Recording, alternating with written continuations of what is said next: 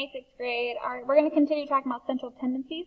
Today we are talking about median in your doodle notes. So make sure you grab out this sheet. If you need an extra, check in with the sub. They have a couple extras for you. But pause the video and get this out. And then once you're ready and have a pencil, press play. All right, so first thing, well, what is the median? Well, what does it sound like, median? It's like the middle, okay, right in the middle. So we're going to write down, what is it? The middle number. Okay, when data is in order. Okay, that's kind of hard to read. So what I wrote is the middle number when data is in order L to G. So least to greatest. They're in numerical order. Okay, so smallest to biggest. Take a second, write that down. Okay, next question. Well, how do we find the median? Okay, so we're going to put our values in order. Okay, small to big. Then find the center number. Okay, so pause the video if you need to. Write that down. When you're ready, press play.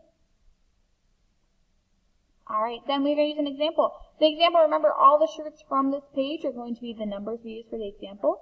So I've got a shirt for $4, which is my smallest value. Then I've got one for $4.50, which comes next. Then $6.50, a shirt for $7, a shirt for $8, another shirt for $8, a $9 shirt, a $9.99, another $9.99, and then that outlier of 28.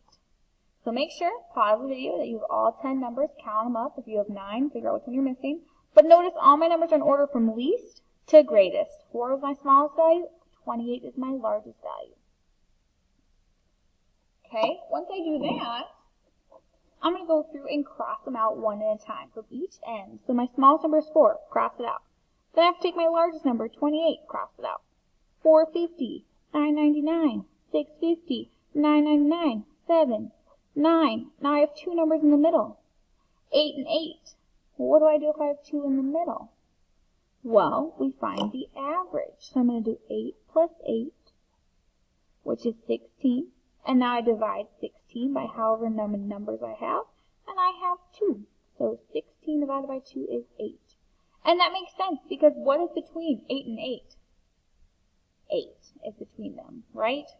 So that's my answer. So up top it says, if there appear to be 2 numbers in the middle, right, you're going to find their mean is the median. Alright, so make sure you have these notes all ready to rock and roll, and then you can start on your practice sheet.